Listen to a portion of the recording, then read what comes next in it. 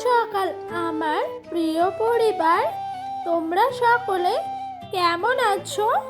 আশা করছি সকলে ভালো আছো, যে যেখান থেকে আমার ব্লগটা দেখছো।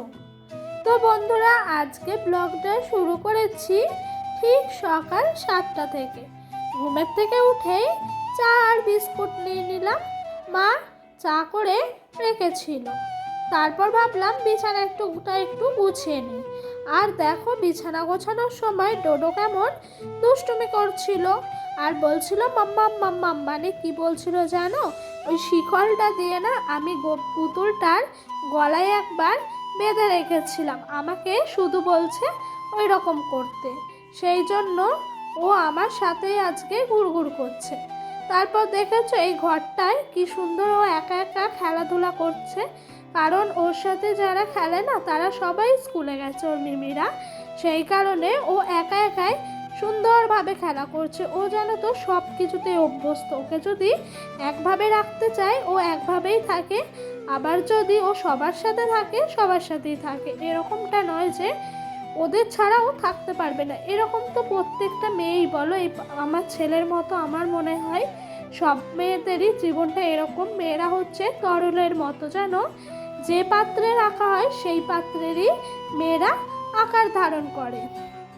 তো আমি যখন শ্বশুরবাড়িতে থাকি শ্বশুরবাড়ির মতো চলি, যখন বাপের বাড়ি আসি ঠিক তখন বাপের বাড়ির মতো নিজেকে নিয়ে চলি। তো বন্ধুরা, তোমাদের সঙ্গে গল্প করতে করতে ওইদিকে দেখো কিছু মা সকালবেলা ক্যাথাগুলো মিলে রেখেছিল। তো সেই ক্যাথাগুলো আমি না ভাবলাম নিচে খুব একটা রোদ্দুর পড়ছে না, ছাদে যদি মিলে রাখি মোটা মোটা ক্যাথা তো শুকিয়ে যাবে। সেই কারণে ক্যাথাগুলো তুলে ছাদে মিলতে যাচ্ছিলাম। তো তারপর ওইদিকে একটু ভাত বসিয়ে দিয়েছিলাম আমার আর ডোডোর সকালকার খাওয়ার জন্য। অল্প করেই তো বসাই, তোমরা তো জানোই। তো ভাতটা দেখলাম হয়ে এসছে কিনা, হয়ে গেছে। তারপরে ডোডোর আর আমার খাওয়া দাওয়া হয়ে গেল।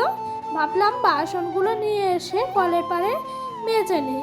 কেন বলো তো, এখন ডোডো না খুব খেলা করছে একা একা। সেই কারণে আরও ওর খেলার ফাঁকে আমার কাজগুলো সেরে নেওয়ার চেষ্টা করি। তো বন্ধুরা, তোমাদের প্রথমেই বলে রাখি, আমার ভিডিওটা তোমরা যারা যারা দেখছো, ভিডিওটা তোমাদের যদি ভালো লেগে থাকে তাহলে কিন্তু একটা লাইক কমেন্ট করো বন্ধুরা। আর যদি আমার ভিডিওটা তোমাদের আরও ভালো লেগে থাকে না, তাহলে চ্যানেলটা সাবস্ক্রাইব করে পাশে থাকা বেল বাটনটা অবশ্যই কিন্তু প্রেস করে দিও। কারণ কি বলো তো, আমার নতুন নতুন ভিডিওগুলো তোমাদের কাছে সবার আগে পৌঁছে যাওয়ার জন্য। তো বন্ধুরা, তোমাদের সঙ্গে গল্প করতে করতে দেখো আমার বাসনটা মাজা হয়ে গেল। ওই দিক দিয়ে পাশের বাড়ি কাকিমা আমার সঙ্গে গল্প করছিল। তো তারপরে দেখো প্রেসার কুকারে না মা একটু ডাল সিটি মারতে বসিয়ে দিল আমাদের আর ডোডোর, জানো। তো তারপরে দেখো কিছুটা আনারস ছিল, ওই যে তোমাদের দেখিয়েছিলাম না কালকের ব্লগে ফ্রিজের মধ্যে, সেই আনারসটাই মা বলছে বের করে নিয়ে আসি, তুই তো আর খাবি না। আর আমি আনারস খেতেও পছন্দ করি না। তো মা এনে পিস পিস করে কেটে নুন দিয়ে মাখিয়ে রেখেছে। তো এত সুন্দর আনারসটা দেখে আমিও না একবার মুখে দিলাম, দেখলাম ভালোই লাগছে।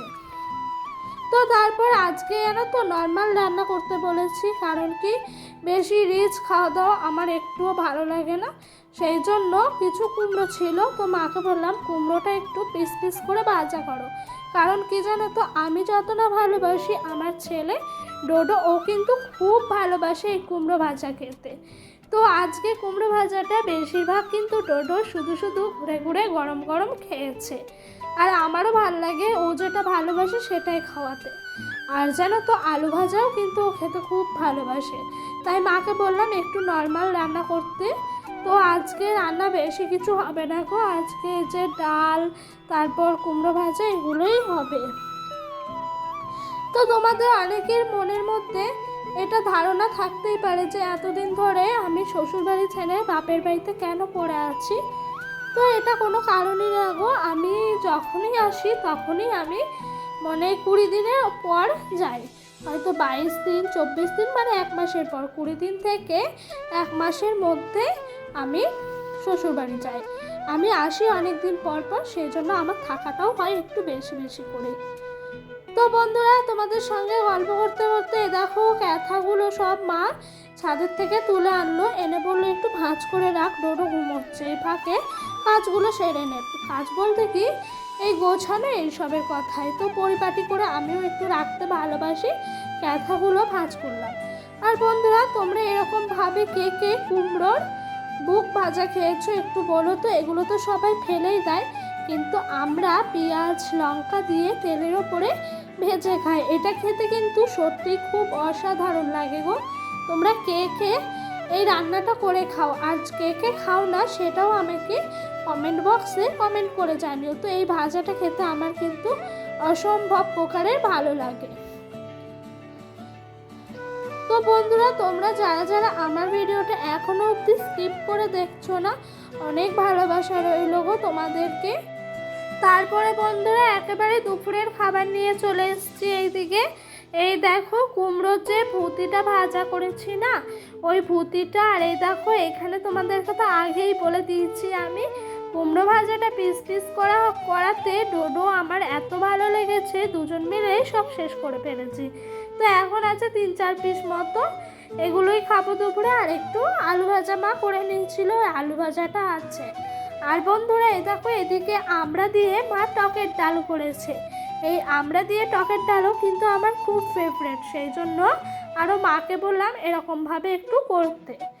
তারপরে জানো তো খাওয়া দাওয়া শেষ করে একটু শুয়েছিলাম। বিকালে ঘোরাঘুরি করার পর সন্ধ্যাবেলায় মা বলল যে অনেক দিন করে তো সন্ধ্যাবেলায় কিছু খাস না, আজ একটু তোর জন্য তোর কুমড়োর মানে বেগুনির মতো করি। তো মাকে বললাম করো। আর আমার জানো তো এরকম হয়েছে, এখন সন্ধ্যাবেলায় যদি খাওয়া দাওয়া করি রাতের বেলা খেতে ইচ্ছা করে না, সেই জন্য আমি মাকে না করি যে সন্ধ্যাবেলায় কিচ্ছু করতে হবে না। তো এইদিকে মা কুমড়োর বেগুনিটা বসিয়ে দিয়েছে। দেখো কি সুন্দর, কুমড়োর বেগুনি খেতে কিন্তু ভালোই লাগে। তোমাদের কার কার ভালো লাগে একটু বলো। তো আমার তো খুবই ভালো লাগে কুমড়োর বেগুনি খেতে। তো এইগুলোই ছিল আজকে সন্ধ্যার খাবার আমাদের। তো বন্ধুরা, তোমরা যারা যারা আমার ভিডিওটা দেখো কমেন্ট করো, তাদেরকে আমার অনেক ভালোবাসা গো। সত্যি আমার, তোমরা যদি পাশে না থাকো আমি এই ইউটিউব প্ল্যাটফর্মে কিচ্ছু না। তোমাদের ভালোবাসার সাপোর্ট কিন্তু আমার একান্ত দরকার। তোমরা এভাবেই আমার পাশে থেকে, অনুরোধ করছি তোমাদেরকে এভাবেই পাশে থাকার জন্য। তো ওইদিকে দেখো কুমড়োর বেগুনিগুলো ভাজা হয়ে গেছে, কি সুন্দর ছাকা তেলে ডুবো ডুবো করে ভেজে তুললাম। এগুলো না গরম মুড়ি দিয়ে খেতে অসাধারণ লাগে। ওই দিক দিয়ে মা বলছে বাটিটা ধরছি ছুঁড়ে ছুঁড়ে দে, তাহলে কড়াইয়ের গা দিয়ে তেলটা গড়িয়ে যাবে না, আর কড়াইটাও বেশি পুড়বে না। আর এই যে এটা তুলছি না স্পেশাল করে, তো স্পেশাল মানুষের জন্য, জানো স্পেশাল মানুষটাকে, আরে শোনো, স্পেশাল মানুষটা হলো আমার ছেলে ডোডো বাবু। ডোডোর জন্য আলাদা করে আগে ভাগে বাটিতে তুললাম। তো এইদিকে নিয়ে চলে এসছি। দেখো বেগুনিগুলো কত সুন্দর হয়েছে দেখেছো। আর এই যে এগুলো দেখছো না ভেঙে ভেঙে নিচ্ছি, এগুলো যেন ছোটোবেলায় খাওয়া নিয়ে আমাদের দুই বোনের মধ্যে মারপিট লেগে যেত।